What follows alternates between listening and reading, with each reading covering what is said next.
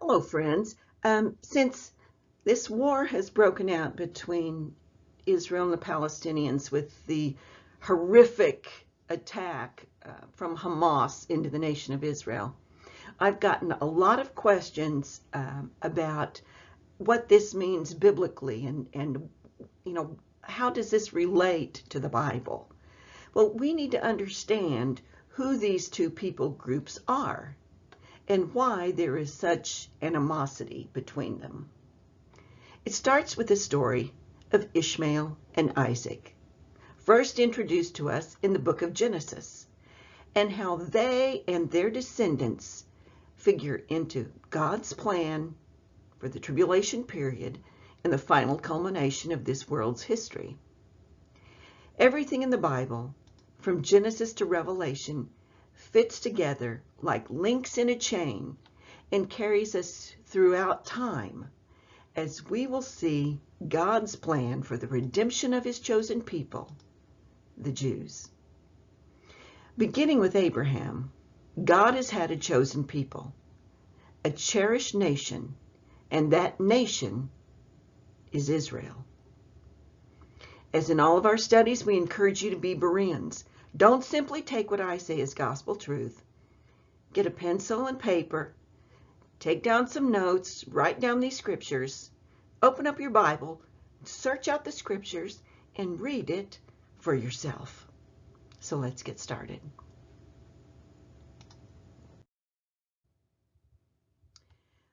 We begin by going back to the book of Genesis, the book of beginnings, where God called Abraham, whose name at that time was Abram, but he called him out of Ur of the Chaldees, it's now in present-day Iraq, and promised him a land that would forever belong to his descendants.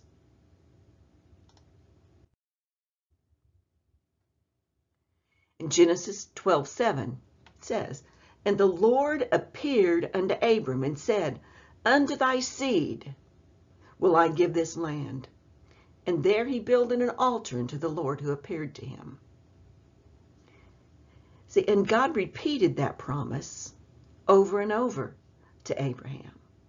In Genesis 13, verses 14 and 15, "And the Lord said unto Abram, after that Lot, that was his nephew, was separated from him, God said, Lift up your eyes and look from the place where you are, northward, southward, eastward, and westward. For all the land which you see, to you will I give it, and to your seed forever." And I just want to pause here for a moment and emphasize that whatever God says he will do, he will do. He never breaks a promise. So keep that in mind as we go through the rest of this study.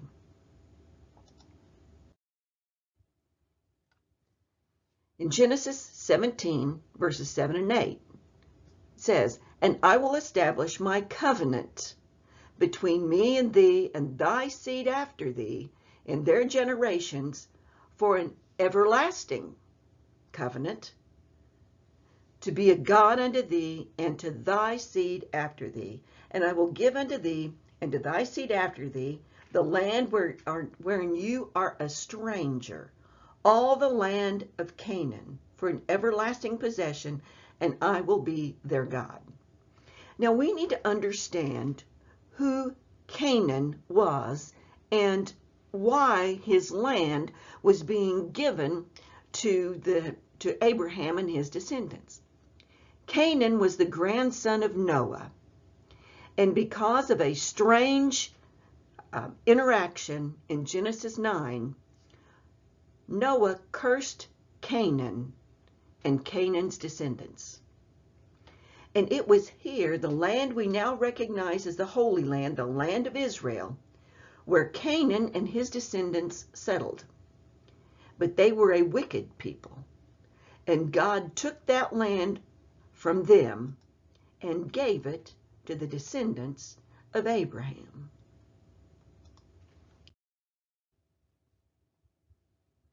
In Genesis 15:8, God gives the boundaries of the land.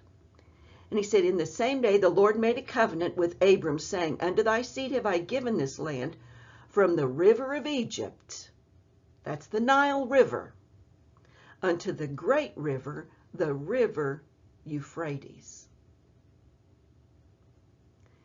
Now, as you can see in this map, the promised land that God gave to Abraham, it is very expansive. And they only have right now, let me see if I can get a pointer here so maybe you can see it. Here we go. You can see all they have right here is this little area of land. That's the nation of Israel. This land right here. And with what is happening in this war that's going on, Hezbollah and the Palestinians, they have this little sliver of land right there. That is Gaza. That's the Gaza Strip. You can see it says it right there with an arrow pointing to it. Okay, we have the Gaza Strip, and Hamas is right here. Hamas is also here in the West Bank. You can see the West Bank right here in this white area. That's the West Bank. Hamas is in the West Bank, or the Palestinians and Hamas are in the Gaza Strip and in the West Bank. Now to the north, in Lebanon and Syria, up here, we have Hezbollah. In this area right here, we have Hezbollah.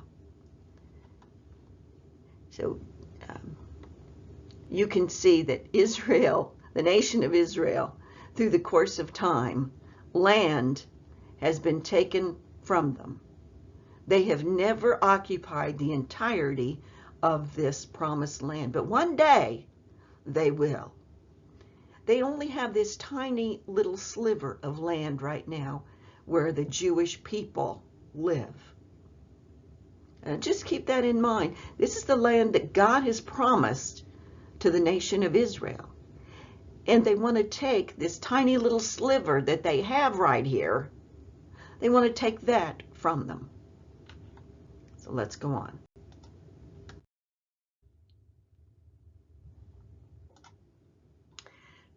Okay, God promised Abraham and his wife, Sarah, that they would have a child.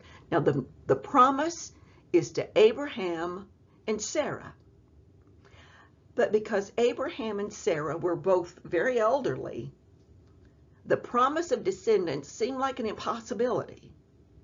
So Sarah took matters into her own hands, and she gave Abraham her Egyptian bondservant, a young woman by the name of Hagar, to have a child with Hagar. And so Abraham went in unto Hagar, and they had a child, and Abraham named him Ishmael. But this child was conceived outside of God's promise. God's promise was to a child to Abraham and Sarah. Ishmael was the child born of the flesh.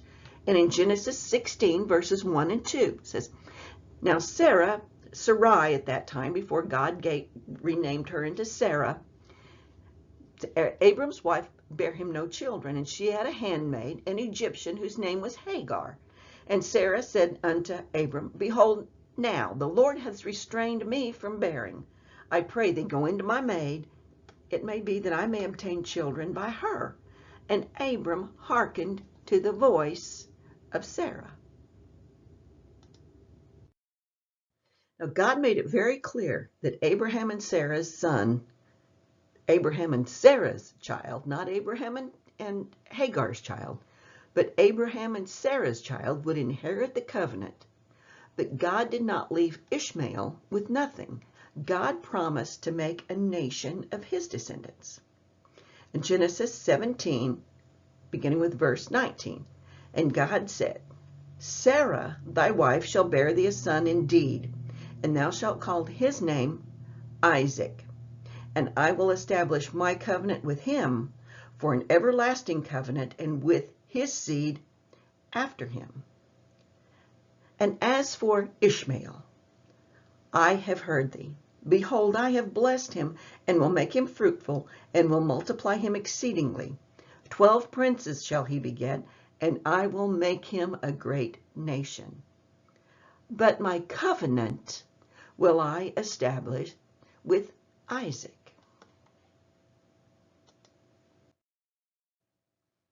And God did indeed bless Ishmael and made the descendants of Ishmael into a great nation. It's the Arabs today. They claim descendancy from Ishmael. And Muhammad, the revered prophet of Islam, is a direct descendant of Ishmael. And you can see all of the Arab nations in this map.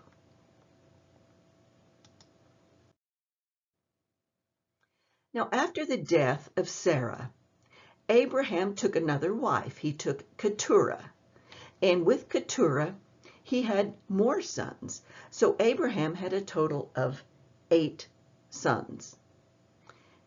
He had Ishmael with Hagar, Isaac, the son of the promise. Then with Keturah, he had Zimran, Jokshan, Medan, Midian, Ishbak, and Shua. But Isaac was the only one of those children to whom God passed the specific promise of a land and specific people. And we just learned that Ishmael received a special blessing from his father Abraham, and Abraham gave the 6 sons of Keturah gifts, and he sent them out toward the east. But Isaac was the child of the promised land covenant. When we look at the names of children listed in genealogy in the Bible, some people just roll their eyes with boredom, but genealogies are very important, and God has given this information to us for a purpose. As we look at the children born to Abraham and Keturah, we see the name Midian. Midian was the father of the Midianites in Scripture, and Moses' father-in-law was a priest of Midian. And then we have Jokshan's 2 children, Sheba and Dedan. They were descendants, and they settled in what we now know as Saudi Arabia and Yemen today. They are mentioned in the prophecy of the Ezekiel 38 war. So when you look at genealogies in Scripture, understand that God has given us this information for a purpose. And now that I've carried on about genealogies, let's move on.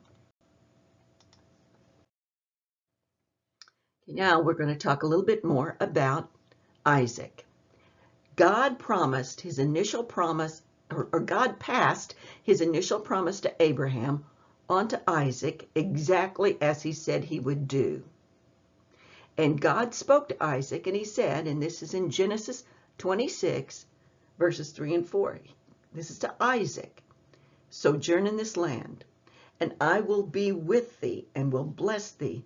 For unto thee and unto thy seed I will give all these countries, which I will, and will perform the oath which I swear unto Abraham thy father. And I will make thy seed to multiply as the stars of heaven, and will give unto thy seed all these countries, and in thy seed shall all the nations of the earth be blessed.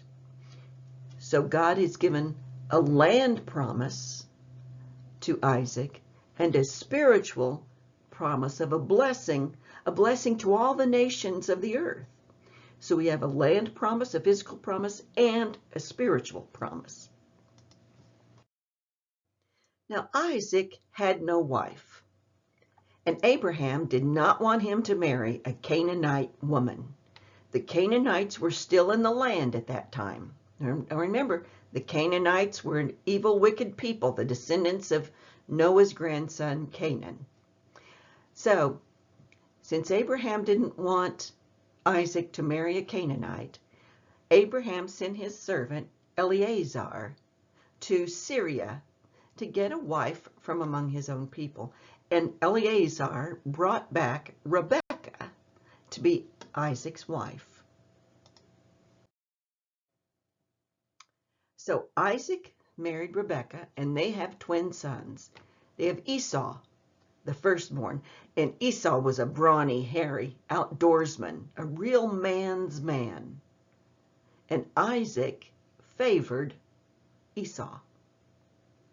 And then Jacob, the secondborn, he was a pale, pasty-faced, hairless mama's boy who liked to spend time in the kitchen with Rebekah. And naturally, Jacob was Rebekah's favorite. So often we think of the story of Isaac and Rebekah in romantic terms. Well, but it wasn't really like that. And Rebekah would certainly not win any Mother of the Year awards in how she treated her children so differently. And she conspired against her husband as he lay on his deathbed. Both Isaac and Rebekah played favorites with their children.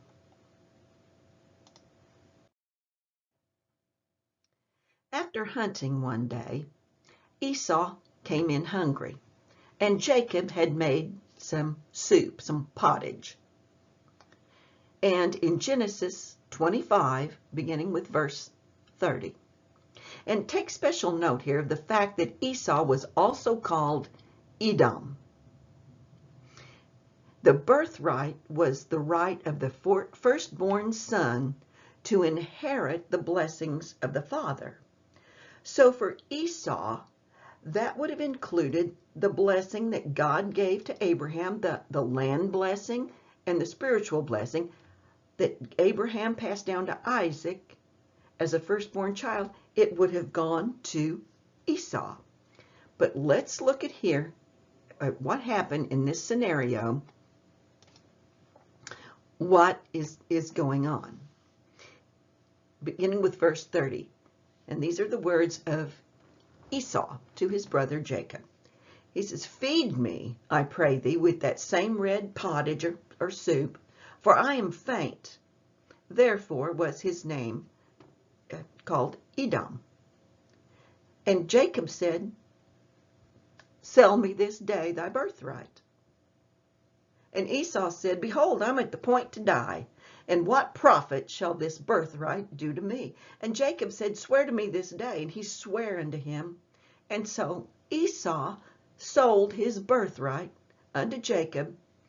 Then Jacob gave Esau bread and the pottage of lentils. This is bean soup. And Esau did eat and drink.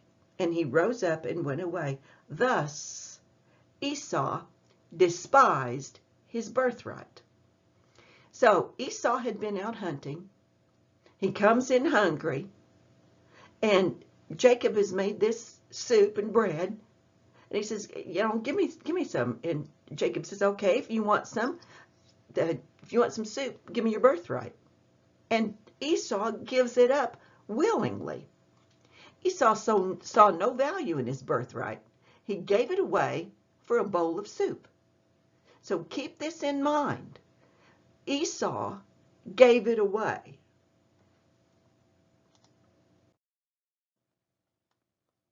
Now, as Isaac was very old, blind, and near death, and he called Esau in to kill a deer and make some of the venison that he loved, and he would give him a final blessing. But Rebekah overheard.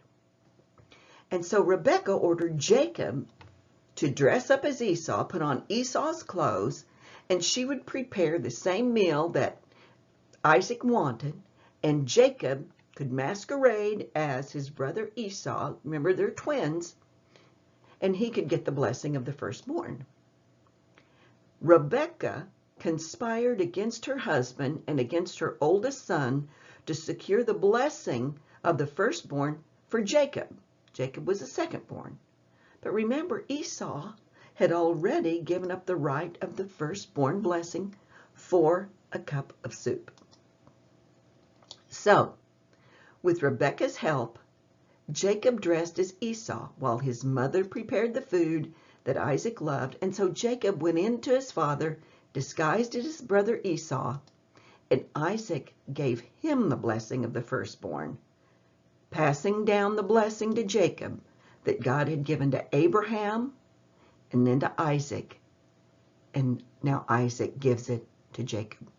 And so Jacob goes in with the food that his mother had prepared. And Isaac asks him, "Art thou my very own son Esau?" And Jacob lies, and he says, "I am." And this is the blessing intended for Esau that Isaac bestowed upon Jacob. And this is in Genesis 27, beginning with verse 28. "Therefore, God give thee of the dew of heaven, and the fatness of the earth, and plenty of corn and wine. Let people serve thee, and nations bow down to thee. Be Lord over thy brethren, and let thy mother's sons bow down to thee. Cursed be everyone that curses thee, and blessed be everyone that blesses thee." Remember that line. Cursed be everyone that curses thee, and blessed be everyone that blesses thee. So when Esau finally comes in from the field with the food that he's prepared for his father, expecting now to give him the food, and then Isaac would give him the blessing of their firstborn, it was quite the scene. But keep in mind, Esau had already given up that birthright to Jacob for the soup. So Genesis 27, beginning with verse 32, Isaac says, "Who are you? Who art thou?" And Esau says, "I'm thy son, thy firstborn, Esau." And Isaac trembled very exceedingly and said, "Who? Where is he that has taken venison and brought it to me? And I have eaten all before you came, and have blessed him. Yea, and he shall be blessed." And when Esau heard the words of his father, he cried with a great and exceeding and bitter cry. And he said unto his father, "Bless me, even me also, O my father." And Isaac said, "Your brother came with subtlety, and has taken away your blessing." And Esau said unto his father, "Have you only one blessing, my father? Bless me, even me also, O my father." And Esau lifted up his voice and wept.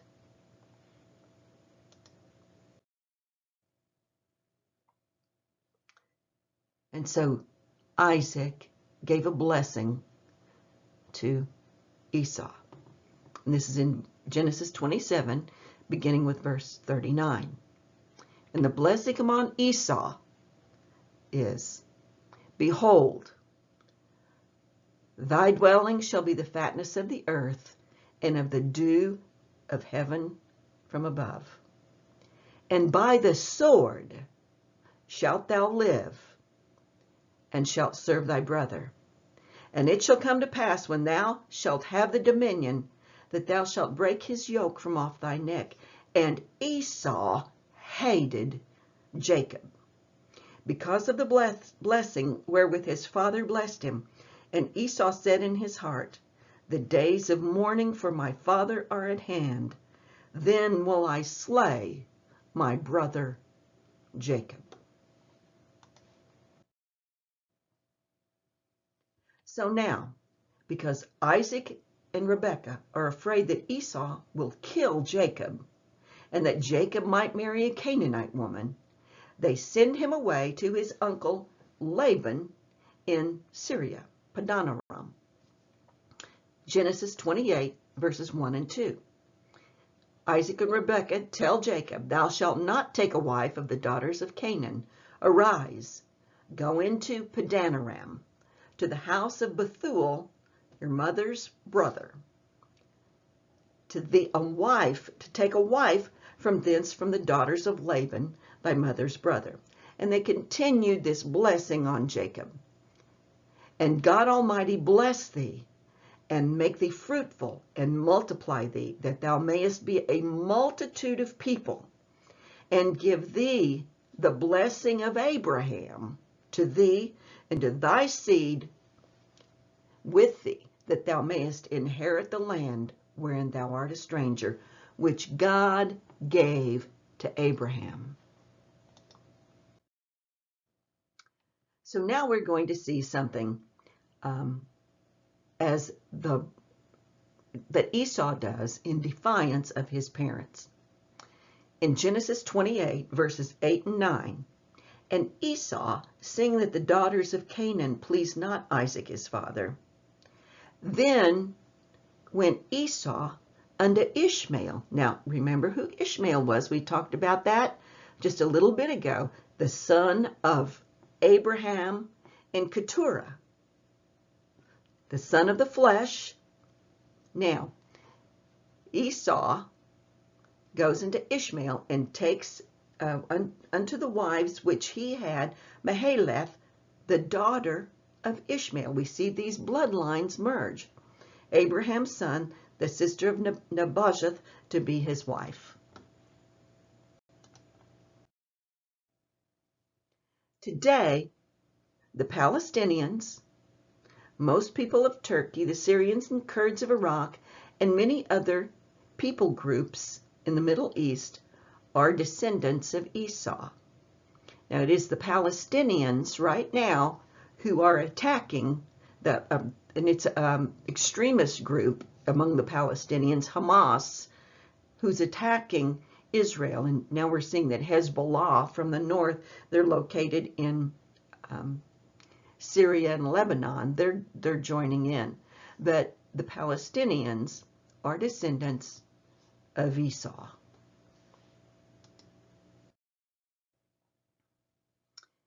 Now, and so Jacob heads off to his uncle Laban's, but that night Jacob lays down to sleep, and he has a dream of a ladder extending into heaven and angels ascending and descending upon that ladder.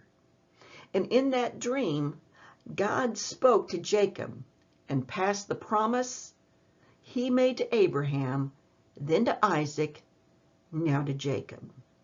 The promise of land and people and blessings is passed to Jacob, just as God said he would do. What God says he will do, he will do.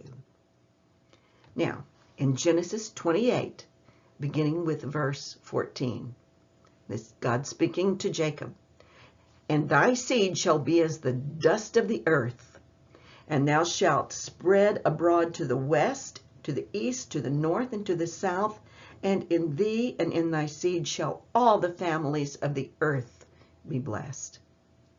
And behold, I am with thee, and will keep thee in all places whither you go, and will bring you again unto this land. Now remember, Isaac and Rebekah have sent him now to Syria to get a wife. But God tells him here, I'm going to bring you back into this Canaan land, for I will not leave you until I have done that which I have spoken to thee of.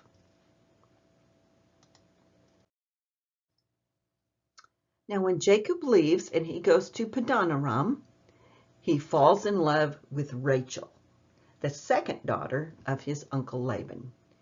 And he enters into a contract with Laban to work for 7 years for her to be his wife. But just as Jacob deceived his brother Esau, Laban deceives Jacob and gives him his daughter Leah instead of Rachel. So Jacob enters another contract to work an additional 7 years for Rachel. So Jacob ends up marrying these two sisters. Well, Rachel initially had difficulty conceiving, and so she gave Jacob her maidservant, Bilhah, to have children with her.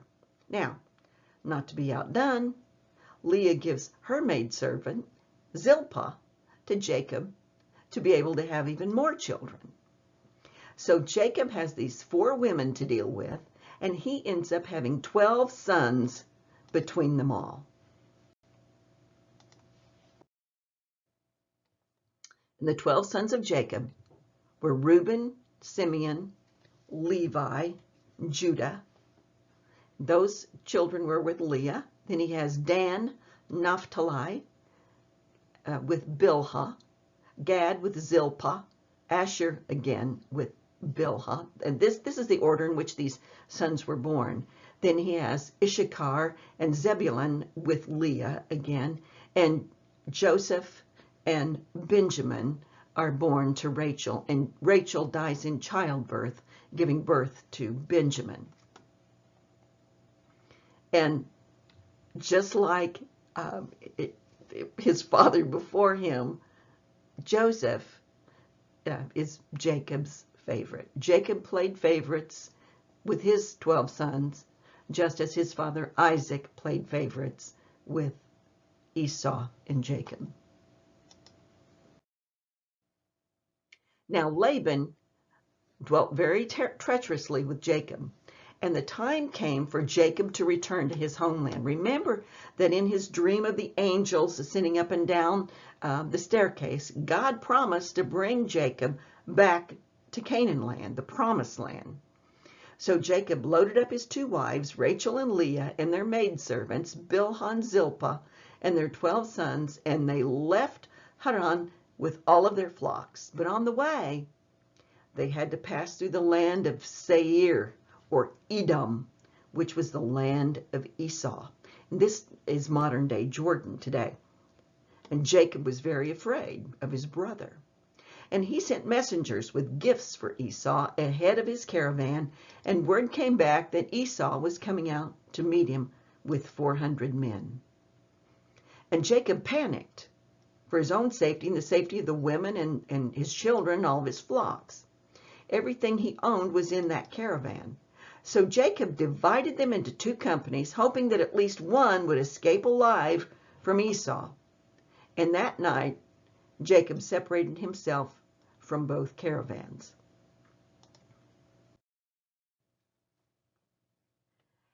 And during the night, Jacob has a strange encounter. Genesis 32, beginning with verse 24.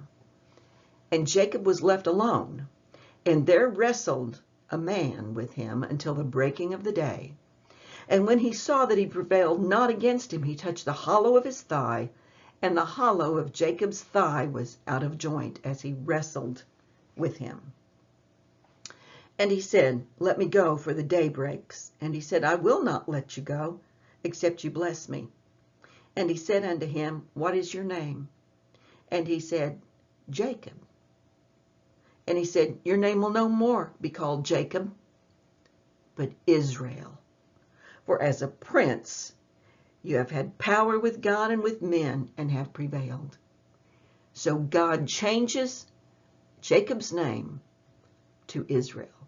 So now we see how the 12 sons of Jacob become known as the 12 tribes of Israel.